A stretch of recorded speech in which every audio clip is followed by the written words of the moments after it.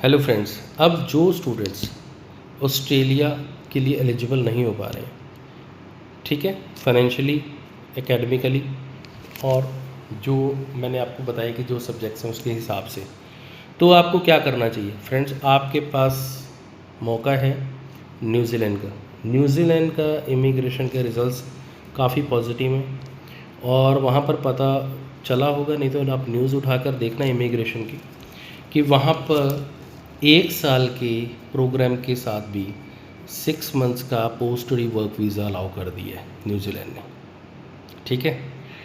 और green list के programme भी बहुत सारे हैं और ऐसे प्रोग्राम्स भी हैं जो कि ओनली 1 ईयर की पढ़ाई है।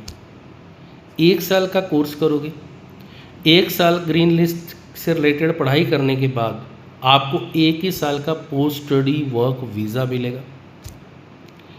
और जो वो प्रोग्राम आपकी फर्दर स्टडी में पाथवे भी है आपके पास, आप ग्रेजुएशन पाथवे भी कर सकते हो। आपके जो क्रेडिट्स आपने डिप्लोमा में अर्न किए हैं वो क्रेडिट ट्रांसफ़र फैसिलिटी है। प्लस आप ग्रीन लिस्ट का अगर प्रोग्राम करते हो और आपकी एलिजिबिलिटी बन जाती है पीआर की फ़ाइल लगाने के लिए, तो आप पीआर की फ़ाइल लगाकर जल्दी से पीआर भी हो सकते हो। मतलब आप 3 साल में वहाँ पीआर हो सकते हो।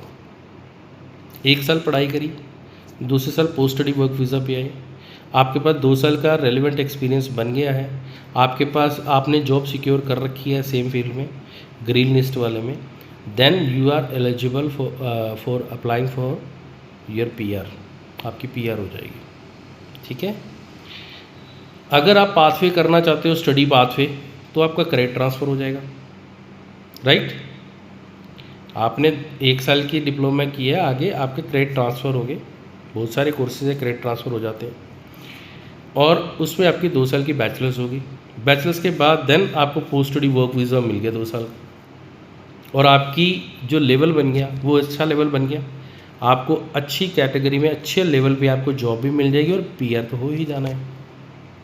तो New Zealand is one of the best to best options right now for you people, I would say, क्योंकि जैसे ऑस्ट्रेलिया के रिजल्ट्स हैं तो उसको देख के आप न्यूजीलैंड जाओ और जेन्युइन फाइल्स वाले ही जाओ।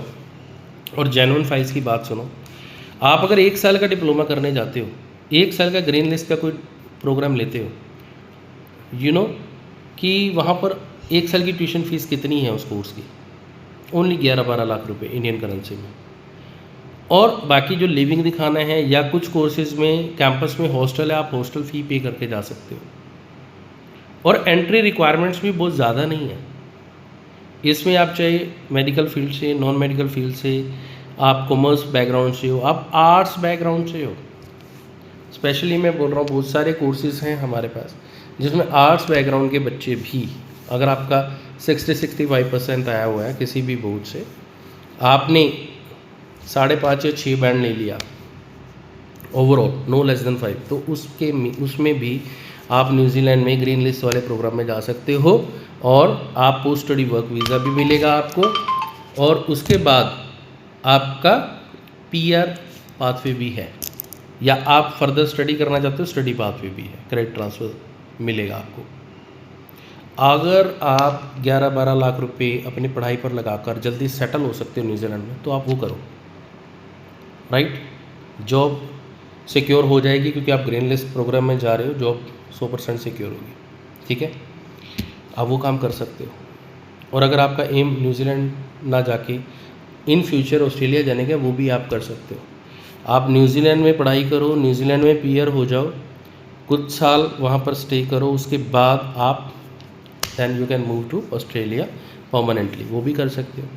सेकेंड थिंग, अगर आपके कोई रिलेटिव ऑस्ट्रेलिया रहते हैं, आप न्यूजीलैंड पढ़ाई करने गए हो, आप अभी स्टूडेंट वीज़ा पे हो, आपको बड़ा इजीली वहाँ का विजिटर वीज़ा ऑस्ट्रेलिया का भी मिल जाएगा, आप उनसे मिलने जा सकते हो। वापस आओ, पढ़ाई कंप्लीट करो, पोस्ट स्टडी वर्क वीज़ा हो, पीआर हो जाओ, पीआर के बाद आप आराम से ऑस्ट्रेलिया जॉब सर्च करके आप वहाँ पे मूव कर सकते हो, और जो इनकी आपस में ट्रीटी है उसके हिसाब से आप टाइम पूरा करो पीआर के होने के बाद न्यूजीलैंड में, then you can easily transfer permanently to Australia, वो काम कर लो।